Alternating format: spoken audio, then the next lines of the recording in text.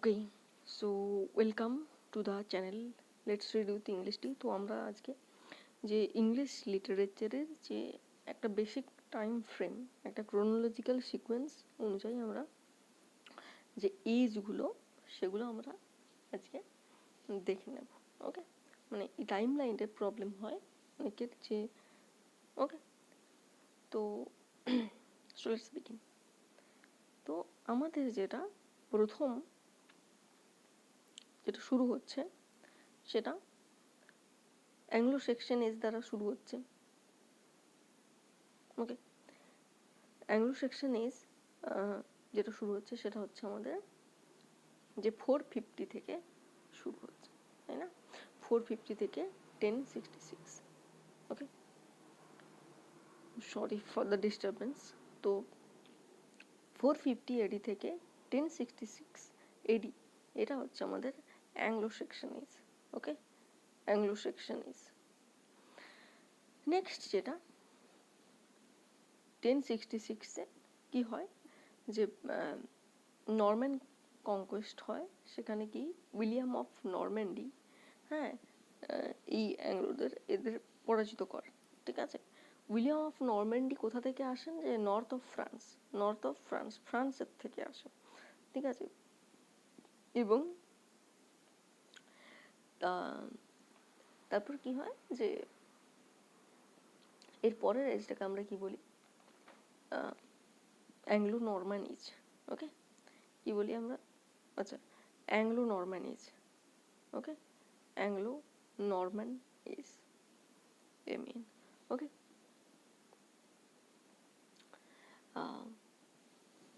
এরপর তাহলে এই দুটো গেল আমাদের। ঠিক আছে, অ্যাংলো সেকশন এজ, দেন অ্যাংলো নরম্যান এজ। ঠিক আছে, 1066 থেকে 1340 অবধি আমাদের অ্যাংলো নরম্যান এজের মধ্যে পড়ে। নেক্সট আসছে কি, এরপর আমাদের যে ফার্স্ট রেনেসা বলা যেতে পারে, অর্থাৎ একটা সিভিয়ার চেঞ্জ আসছে। ঠিক আছে, এতদিন অবধি যে লিটারেচারের যেরকম ধরন ছিল, ঠিক আছে, আমরা জানি যে অ্যাংলো সেকশনে যে বিউলফ, ঠিক আছে, ব্যাটল অফ ব্রুন ব্রু, হ্যাঁ, এলিজি ছিল কিছু, তাই না? তো এগুলো ছিল আমাদের লিটারেচারের মধ্যে পড়ে, যেগুলো most of the works were anonymous, যেগুলোর নাম পাওয়া যায়নি। এছাড়া কেডমন, শিনিউলফ, তাই না, এদের ওয়ার্কও আমরা পেয়েছি। তো এগুলো ছিল আমাদের অ্যাংলো সেকশন। মোটামুটি অ্যাংলো সেকশন, অ্যাংলো নরম্যান এই দুটো মিলে, ঠিক আছে, এটা একটা পোর্শন গেল। এরপর নেক্সট যেটা আসছে, এরপর থেকে আমাদের শুরু হচ্ছে কি এজ অফ চসার। এটা একটা ইম্পর্টেন্ট ফেজ শুরু হচ্ছে, এখান থেকে রেনেসা শুরু হচ্ছে, তাই না? তো চসারকে কি বলা হয়? যে গ্র্যান্ডফাদার অফ ইংলিশ নভেল। আচ্ছা, তো 1340, তো 1343 অ্যাকচুয়ালি চসারের জন্ম কিন্তু 1343, 1343 হি ওয়াজ বর্ন। ঠিক আছে, এবং তা মারা যান কখন? না 1400, 1400-তে তিনি মারা যান। ঠিক আছে, তাহলে এই পোর্শনটাকে আমরা বলবো চসারিয়ান এজ। ঠিক আছে, নেক্সট চসারিয়ান এজের বিভিন্ন অথার, যেমন ল্যাংল্যান্ড, গাওয়ার, জন গাওয়ার, জন ওয়াইক্লিফ, এরকম অনেক রাইটার রয়েছে। এছাড়া যে আমাদের ওকে, তো এই পোর্শনে আমরা স্কটিশ চসারিয়ানও পাবো, স্কটিশ অথার। ঠিক আছে, তো এগুলো আমরা একদিন পরে আলোচনা করবো এজ ওয়াইজ এবং অথার। নেক্সট যেটা এরপরে যে পোর্শনটা আসছে সেটা হচ্ছে কি আমাদের এজ অফ ডার্কনেস। ঠিক আছে, এই পোর্শনটাতে যুদ্ধ চলছিল, তাই না? বড় বড় যুদ্ধ, একটা এজ অফ ডিস্টারবেন্স। এই এজটার মধ্যে আমরা একটা ডিস্টারবেন্স দেখতে পাই। তো কি কি সেই ডিস্টারবেন্সগুলো? এখানে এই যে 1337 to 1453, ঠিক আছে, এটা এখানে কি ছিল? 100 years ওয়ার্স চলছিল, 100 বছরের যুদ্ধ। ঠিক আছে, এরপর এই 100 বছরের যুদ্ধ মানে কন্টিনিউয়াস হয়নি। তোমরা দেখবে যে এই 1337 থেকে 1453 অবধি স্প্যানটা 100 বছরের থেকে একটু বেশি। কেননা মানে কন্টিনিউয়াস যুদ্ধ হতো না, যুদ্ধ বিরতি হতো, আবার যুদ্ধ হতো। ঠিক আছে, তো এটা হলো। এরপর নেক্সট যেটা ওয়ার আসবে কত, তার ঠিক পরের বছরই, ঠিক আছে, 1455 1455 থেকে 1485, এখানে যে 30 ইয়ার্স ওয়ার, 30 বছরের যে যুদ্ধ সেটা চলে, যেটাকে আমরা কি বলি ওয়ার অফ রোজেস, যেখানে আমরা জেমস জয়েসের যে ওয়ার্কটা রয়েছে পোর্ট্রেট, হ্যাঁ, portrait of a young man, portrait of the artist as a young man, তো সেখানে আমরা কি পাই, এখানে মানে যেখানে ওখানে মানে স্টুডেন্ট হিসেবে মানে আমাদের প্রোটাগনিস্ট যেখানে পড়াশোনা করতো সেখানে হোয়াইট রোজ, ঠিক আছে, সেরকম একটা দেওয়া থাকতো ব্যাচ। তো that suggest the war between Lancaster, York and Lancaster. তো ওই হোয়াইট রোজ, রেড রোজ এরকম ছিল, তাই না? যে ওয়ার অফ রোজেস বলা হয়, এটা কি, এটাই ছিল, এটার রেফারেন্স থেকে সেখানে নিয়েছে ওয়ার অফ রোজেস। এটাই হচ্ছে 13 ইয়ার ওয়ার্স, ঠিক আছে। তাহলে দুটো যুদ্ধ গেল। এরপর 1476 এই সালটা ইম্পর্টেন্ট, এখানে প্রিন্টিং প্রেস আসে, তাই না? ক্যাক্সটন সেটাকে যে ইংল্যান্ডে নিয়ে আসে, তাই না? 1476 1476। এরপর নেক্সট যেটা আমাদের দেখতে হবে সেটা হলো গিয়ে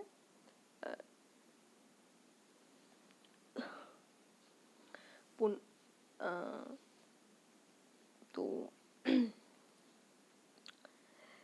যে নেক্সট আমাদের চসারের পরে ডার্কনেস এলো, এজ অফ ডার্কনেস। তো এই সময়ে ওয়ার্ক হিসেবে যদি বলি, তো এখানে কিছু ইম্পর্টেন্ট রাইটার এখানেও ছিল,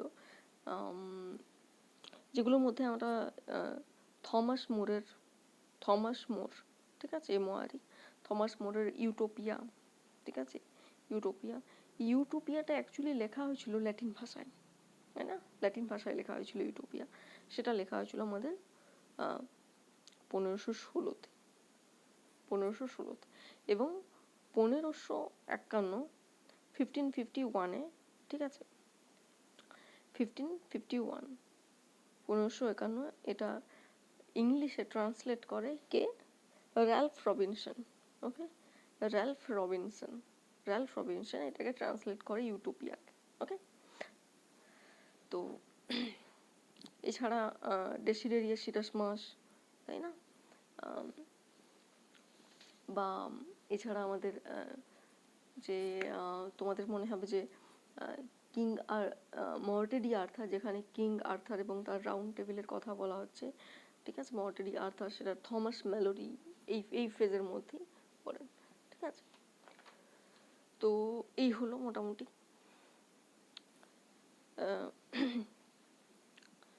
তো আচ্ছা, তো আর যে ইয়ার্ড সারে, ঠিক আছে, তো যে হেনরি হাওয়ার্ড বা আর্ল অফ সারে, তিনি যে ফ্রি ভার্স যেটা, ঠিক আছে, যে ব্ল্যাঙ্ক ভার্স সেটা নিয়ে আসেন। আর এছাড়া আর্ল অফ সারে আর আচ্ছা, সারে অ্যান্ড ইয়ার্ড, এটা এখানে একটা ইম্পর্টেন্ট কোশ্চেন বলা ভালো, যে ইয়ার্ড, এই যে সনেটের যে ট্র্যাডিশন, সনেটের 14 লাইন সনেটের যে ট্র্যাডিশন, সেটা ইয়ার্ড আর সারে এরা দুজন কিন্তু নিয়ে আসে, ঠিক আছে, ইংল্যান্ডে নিয়ে আসে। এই জিনিসটা ছিল না ইংল্যান্ডে, তাই না? তো ইয়ার্ড যেটা ফলো করতো, ইনি একটু পুরানো ধরনের ছিলেন, তো ইনি যেটা ফলো করতেন, যেটা পেট্রার্কান স্টাইল, ঠিক আছে, যেটা অক্টেভার সিস্টেম, প্রথমে 8টা লাইন দিয়ে 6টা লাইন, এই সিস্টেমটা ফলো করতেন, যেটা পরবর্তীকালে মিল্টন ফলো করেছে, ঠিক আছে। মিল্টনের একটা সনেট আসে অন ব্লাইন্ডনেস বলে, তাই না? তো এখানে বলেছেন যে যে কি লাইন ছিল, গড ডাজ নট, মানে তিনি মানে কমপ্লেন করছেন যে ভগবান আমাকে ইন্সপায়ার করছেন না, আমি লিখতে পারছি না। তো তিনি এক লাইন বলছেন যে যে for those who serve who only stand and read. তো মানে তিনি অ্যাকচুয়ালি আর কি নিজেকে সান্ত্বনা দিচ্ছেন যে হ্যাঁ, তো এই মুহূর্তে তার প্রয়োজন নেই, প্রয়োজন হলে ভগবান তাকে ইন্সপায়ার করবেন। মানে তিনি এই মুহূর্তে যেটা করছেন সেটাও একদিক দিয়ে ভগবানকে সার্ভই করছেন। যাই হোক, এটা যাই বাদ দাও। তো ইয়াট কি হলেন অক্টেভাস সিস্টেম প্যাটার্ন, যেটা পেট্রার্কান সনেটের ট্র্যাডিশন, যেটা মিল্টন ফলো করেছিল, এটা হলো বেসিক। আর সারে যেটা নিয়ে এসেছিলেন, সারে বা হেনরি হাওয়ার্ড, ইনি যেটা নিয়ে এসেছিলেন সেটা হলো কি ব্ল্যাঙ্ক ভার্স নিয়ে এসেছিলেন, সেটা তো আগেই বললাম। আর যেটা আমাদের শেক্সপিয়ার সনেট, যেখানে 3টা কোয়ার্ট্রেন থাকবে, মানে 4টা লাইন, চারটে লাইনে 3টে স্ট্যান্জা এবং একটা কনক্লুডিং কাপলেট। ঠিক আছে, তাহলে 3 4 12 লাইন আর 13 14 লাইন। এটা শেক্সপিয়ার পরে ফলো করেছিল, সেটাকে আমরা ওকে শেক্সপিয়ারিয়ান ট্র্যাডিশন বলা হয় সনেটের। কিন্তু শেক্সপিয়ার ফলো করেছিলেন, ইনভেন্ট করেছিলেন কিন্তু সারে। যাই হোক, বাধ্য। তো এই হলো গিয়ে আমাদের ব্যাপার। তো এজ অফ ডার্কনেস গেল, তাই না? এটা 100 ইয়ার্স ওয়ার, 30 ইয়ার্স ওয়ার 1476-এ প্রিন্টিং প্রেস। দেন 1516-এ আমাদের ইউটোপিয়া, ল্যাটিনে লেখা হয়েছিল, অ্যান্ড 1551-এ ইউটোপিয়া র্যালফ রবিনসন ইংলিশে ট্রান্সলেট করে। দেন আমাদের সব থেকে golden period age of darkness হলো। এরপর আসছে আমাদের কি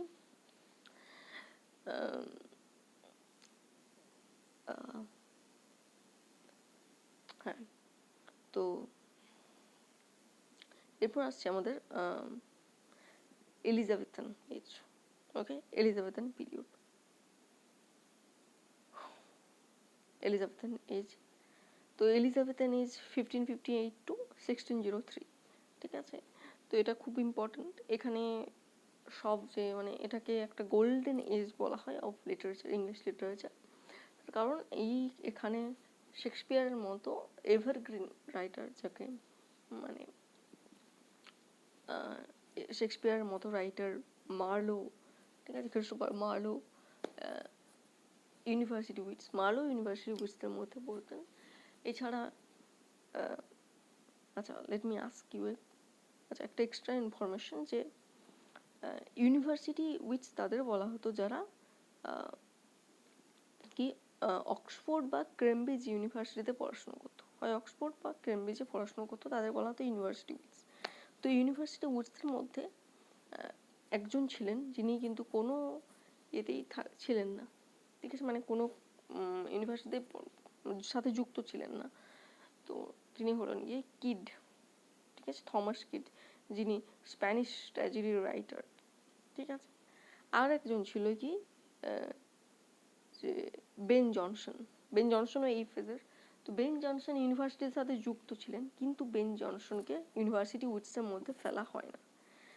ঠিক আছে, কিডকে ফেলা হয়, যদিও তিনি ইউনিভার্সিটির সাথে যুক্ত ছিল না। তার কারণ কি, কিডের ফেমাস ওয়ার্ক যে স্প্যানিশ ট্র্যাজেডি, সেটা সেনেকান ট্র্যাজেডিকে ফলো করে লেখা হয়েছিল শুধুমাত্র তাই না, এমনকি বলা হয় যে কিডস যেটা লিখেছিলেন সেটা that kid makes Seneca bleed white, এরকম একটা লাইন তোমরা শুনে। তো মানে কিডের লেখাটা পড়ে সেনেকাই যে যিনি মানে এরকম গথিক স্টোরি বা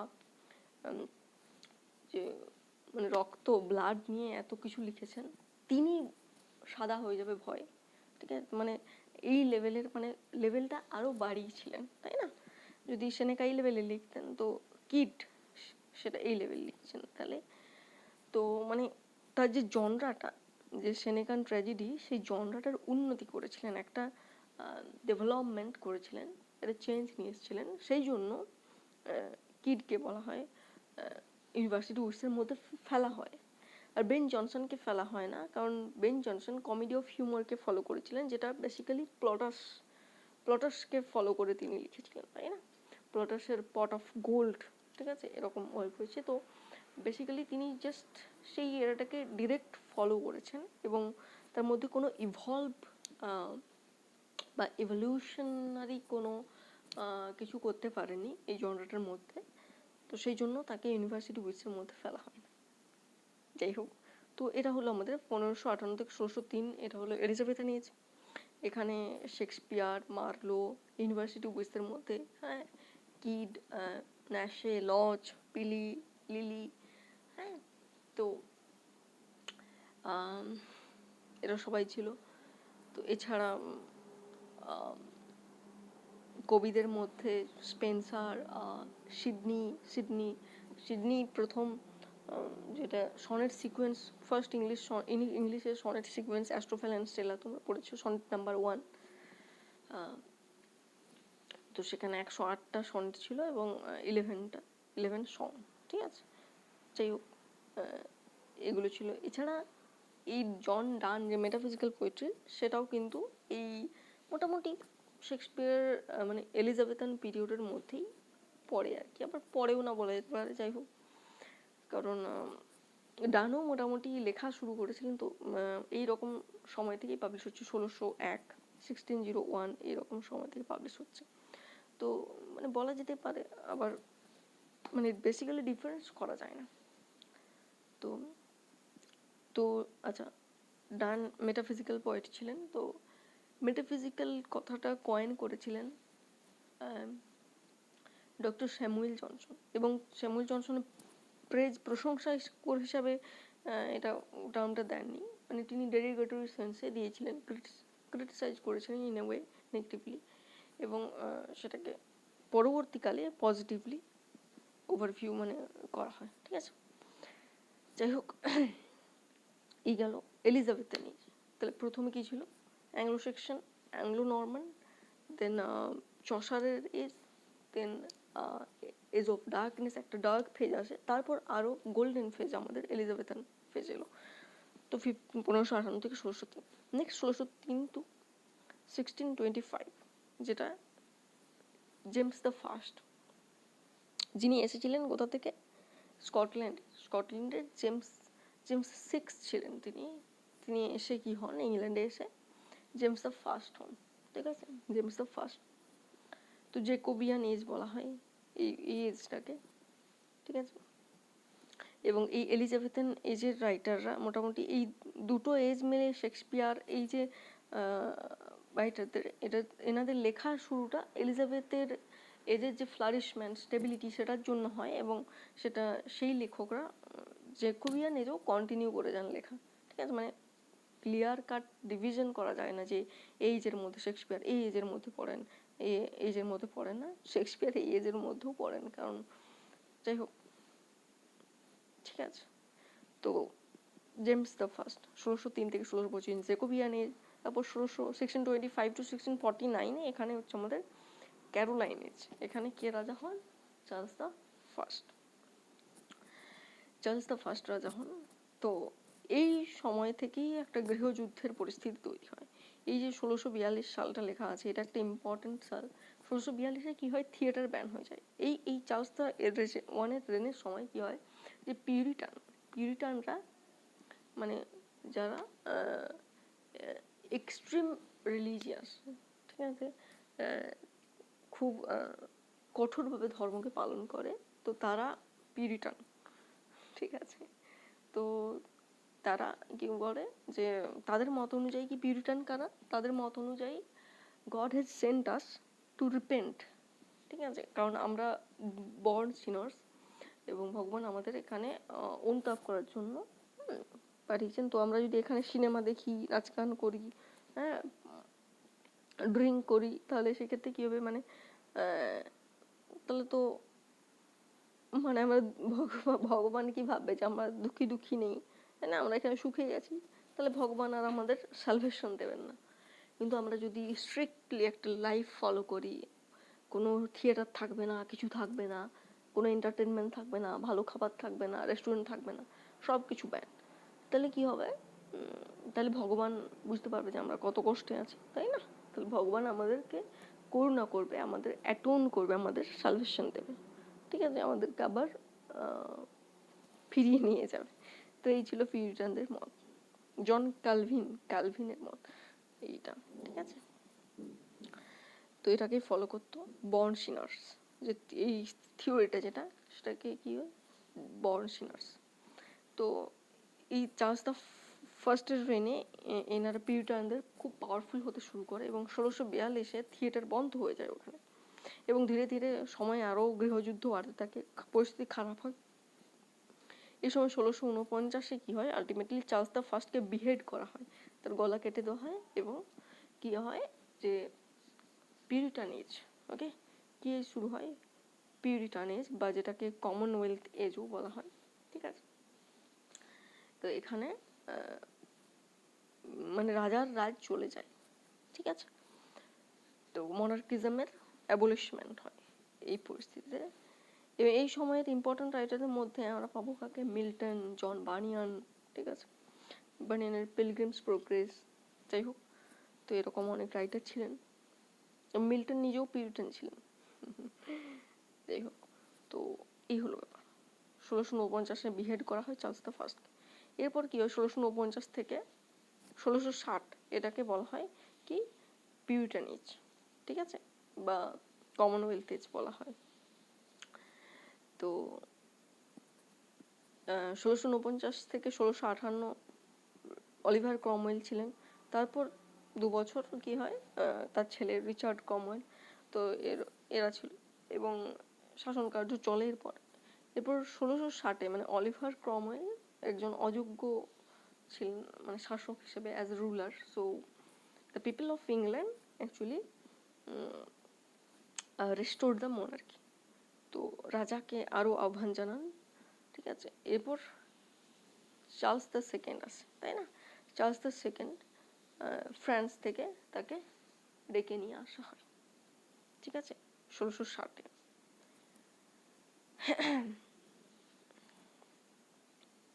তো 1660 রেস্টোরেশন অফ মনার্কি, ঠিক আছে। চার্লস দ্য সেকেন্ডকে আবার ডেকে নিয়ে আসা। তো চার্লস দ্য সেকেন্ড রাজা হন। তিনি একজন ভালো রাজা ছিলেন, ডিপ্লোম্যাটিক রাজা ছিলেন। এরপর চার্লস দ্য সেকেন্ডের পর আরো ঝামেলা শুরু করে আর কি। হ্যাঁ, তো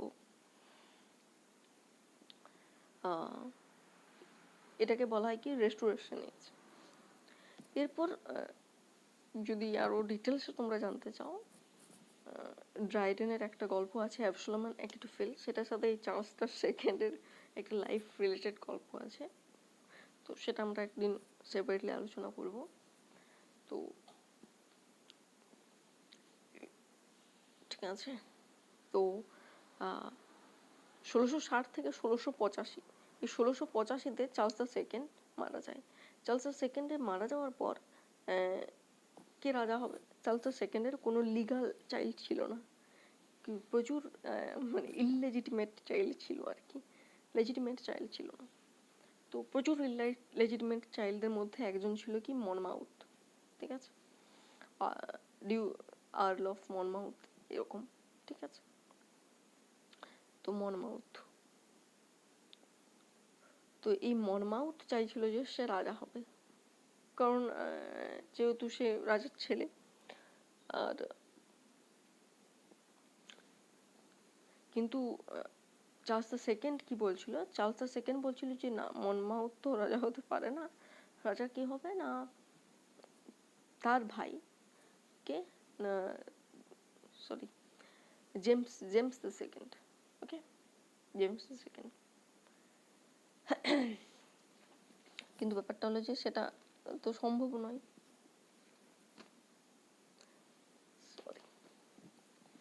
তো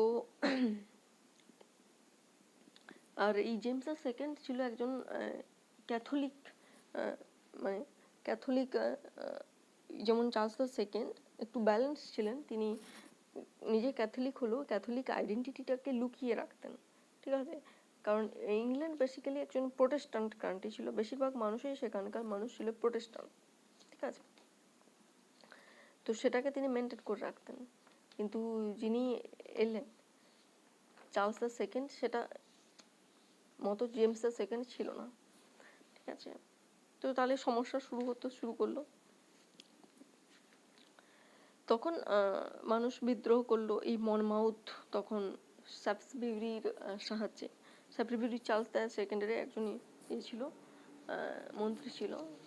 যাই হোক, আলটিমেটলি 1685-তে একটা রেভলিউশন হয়, ঠিক আছে, মানে একটা পলিটিক্যাল ট্রাভেল হয়, যেখানে চার্লস দ্য সেকেন্ড মারা যায় এবং মনমাউথকেও শেষ করে দেওয়া হয়, রাজা হয় জেমস দ্য সেকেন্ড। এরপর এরপর যেটা হয় সেটা কি 1688 1688 যেটা, এটাকে এখানে কি হয়, কে রাজা হয় এই সময়, উইলিয়াম অফ অরেঞ্জ। ঠিক আছে, মানুষ বিরক্ত হয়ে যায়, জেমস সেকেন্ড তো এখানে রাজা হয় তাই না, জেমস সেকেন্ড এখানে রাজা হয়ে যান, কিন্তু মানুষ জেমস সেকেন্ডকে পছন্দ করছিল না। ঠিক আছে, তো তারা তখন কি করে, উইলিয়াম অফ অরেঞ্জ, জেমস সেকেন্ডের দুজন মেয়ে ছিল, অ্যান আর মেরি। ঠিক আছে, তো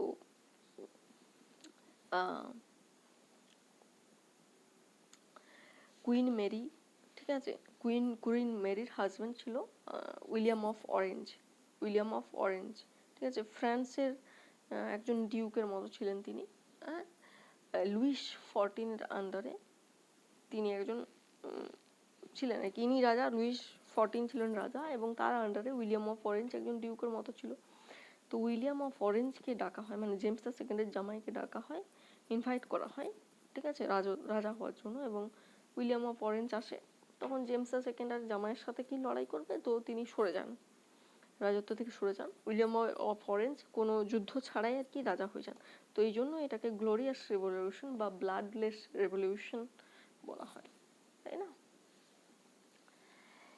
নেক্সট যেটা, এটা পলিটিক্যাল অ্যাঙ্গেল থেকে হলো কি আমাদের এটা, ঠিক আছে, তো এটাকে বলা হয় আমাদের কি 1660 থেকে এই রাজার ঘর গল্পটা বললাম যে এই সময় কে ছিল, চার্লস সেকেন্ড, দি জেমস সেকেন্ড হয়, দি উইলিয়াম অফ অরেঞ্জ হয়, তাই না।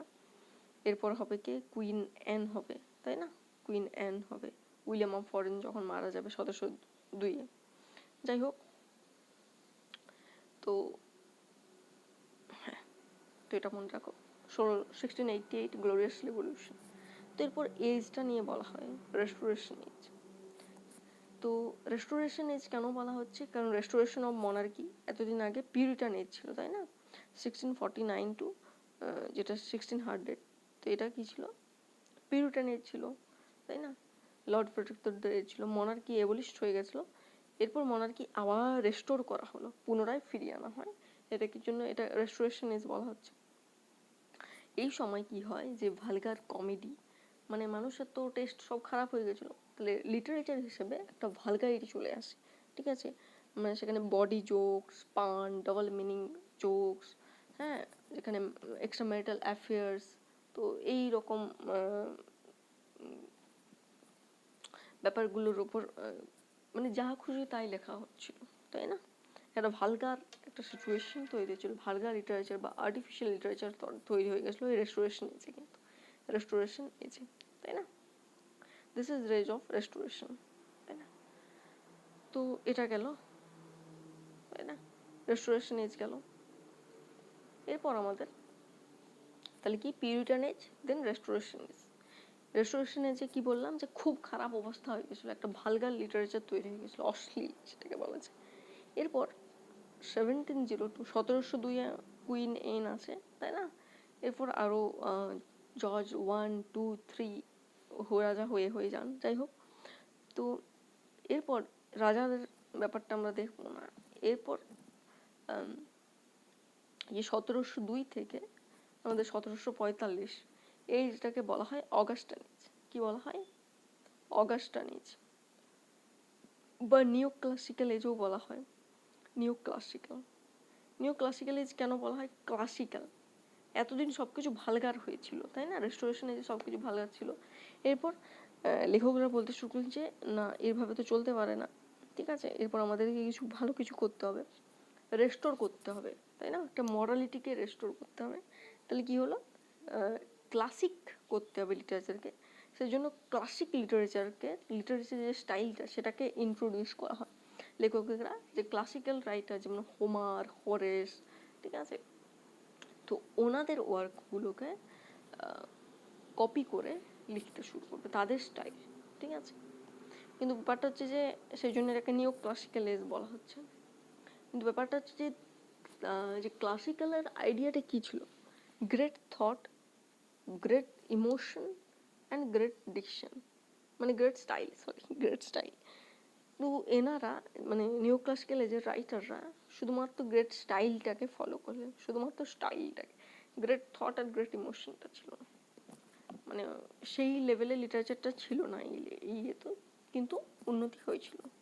তো এই অগাস্টিন এজের ইম্পর্টেন্ট রাইটারদের মধ্যে আমরা পাচ্ছি পোপ, জোনাথন সুইফট, তাই না, ডাইরেনকে তো আমরা আগেই পেয়েছি। যাই হোক, তো ডাইরেন একটু আগের রাইটার, চার্লস সেকেন্ডের সময় ছিল। তো এই হলো ব্যাপার, ঠিক আছে। অগাস্টিন এজ হলো, তাহলে কি হলো, Puritan age, restoration age, neo classical age বা অগাস্টিন এজ। এরপর যেটা আসবে আমাদের 1745 থেকে আমাদের 1798, এটাকে, এরপর আমাদের কি আসছে, এরপর রোমান্টিক এজ শুরু হবে, তাই না, রোমান্টিক এজ শুরু হবে। তো রোমান্টিক এজ শুরুর আগে একটা এজকে বলা হয় pre romantic age. Pre romantic age, কেন প্রি রোমান্টিক এজ বলা হচ্ছে এটাকে, কারণ পৃথিবীতে যখন কোনো পরিবর্তন হয় একসাথে এক দফায়, হ্যাঁ, এখান থেকে এখানে লাফ দিয়ে কেউ চলে যায় না। এই এমন একটা ফেজ আছে যেখানে এখানে একটা পা থাকবে আর এখানে একটা পা থাকবে, অর্থাৎ একটা পা তুলে এখানে নিয়ে আসছে, কিন্তু তখনও মানুষের একটা পা রয়ে গেছে, তাই না। মানুষ হাঁটলে কি হয়, দুটো পা কি একসাথে তুলে চলে যায় না, লাফানো হয় না, কি হয়, একটা পা পেছনে থাকে, একটা পা সামনে থাকে, অর্থাৎ ওল্ড এজে একটা রয়ে যায়, একটা নিউ এজে চলে যায়। এই এজটাকে বলা হয় transition age, age of transition, যেটা প্রত্যেকটা এজের ক্ষেত্রেই থাকে। রোমান্টিক ক্ষেত্রে এটা আমরা স্পেসিফিক্যালি আইডেন্টিফাই করছি, প্রি রোমান্টিক এজ, ঠিক আছে, যেখানে রোমান্টিক লিটারেচারেরও কিছু বৈশিষ্ট্য চলে আসছে, যেমন একটা ফ্রি একটা রাইটিং আসছে, নেচারের একটা প্রেজেন্স, এটা বিশুদ্ধ একটা প্রেজেন্স থাকছে, অ্যাস্থেটিক প্রেজেন্টেশন থাকছে, তাই না। এরকম একটা লিবারেল থিঙ্কিং থাকছে, সেটা আমরা ব্লেকের মধ্যে পাই, হ্যাঁ। এছাড়া গ্রে, ওকে, গ্রে এর একটা ওয়ার্ক আমরা জানি, famous work, elegy written in the country churchyard. তো ব্লেক, গ্রে, এনাদেরকে আমরা প্রি রোমান্টিক্সদের মধ্যে ফেলি, তাই না, প্রি রোমান্টিক্সদের মধ্যে। তো এই হলো রোমান্টিকদের আগে প্রি রোমান্টিক। নেক্সট যেটা আমরা তো জানি 1798 to 1837, তাই না, এটা কি বলা হয় আমাদের এজ অফ রোমান্টিসিজম। কিছু কিছু জায়গায় 1850 অবধি বলা হচ্ছে, কেন বলা হচ্ছে না, 23 এপ্রিল, যাই হোক, এপ্রিল মাসে আমরা 26 এপ্রিল আমার গুলিয়ে যাচ্ছে, যাই হোক। তো এখানে এই 1850-তে 1850 ওয়ার্ডসওয়ার্থ মারা যান, ঠিক আছে, ওয়ার্ডসওয়ার্থ মারা যান। তো সেই অনুযায়ী 1850টাকে রোমান্টিক এজের শেষ ধরা হচ্ছে, যদিও 1837-এই মূল যে রোমান্টিক পিরিয়ডটা, যে একটা পিক, সেটা 1837-এই শেষ হচ্ছে, তাই না। তো যেখানে যেরকম অপশন থাকবে তোমরা সেটা দেখবে। এরপর যেটা রোমান্টিক এজের পর কি আসছে, শুধু নেচার, পোয়েম, অ্যাস্থেটিক আইডিয়া।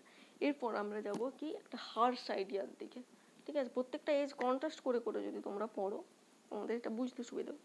খাতায় নোট বানাবে, ধীরে ধীরে তোমরা এটাকে ধীরে ধীরে নিজেদের মধ্যে একটা বড় আইডিয়া যখন আমরা দিই, ঠিক আছে, ভেতরের যে মাইনিউট আইডিয়াগুলো আমাদের বুঝতে, একসাথে বোঝা মুশকিল, ঠিক আছে। ধরো একটা এলাকায় গেছো, সেখানে অনেক গলি খুঁজি থাকবে, তাই না, সে সব কিছু আমাদের একদিনে মনে থাকবে না।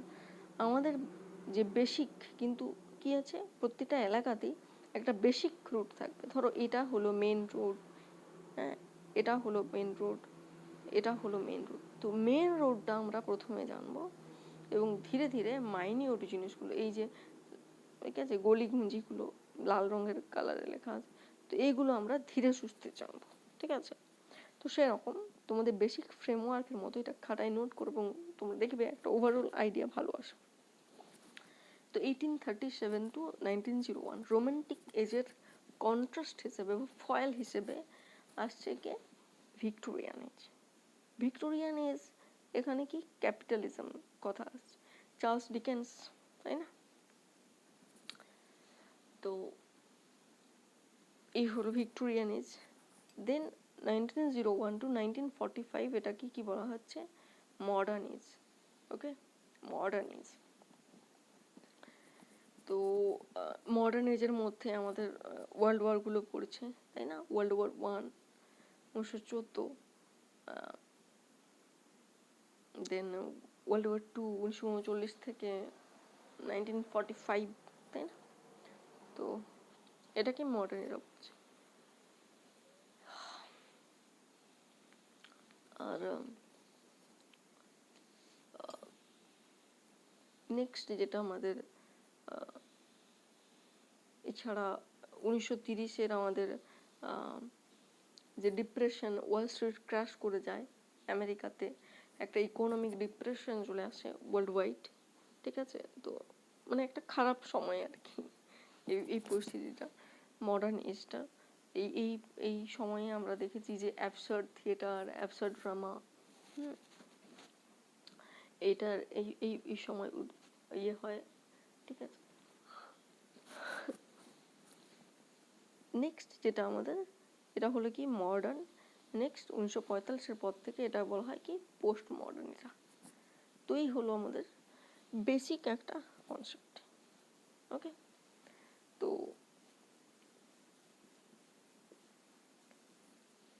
যাদের জানা আছে ব্যাপারটা তাদের ক্ষেত্রে বুঝতে এটা রিভিশন হবে, ইয়ারগুলো ক্লিয়ারভাবে মনে থাকবে সব কিছু। আর যারা নতুন তো তাদের জন্য এটা ওভারঅল সামারি দেওয়া হলো, তো একটা তোমরা আইডিয়া পাবে, ঠিক আছে?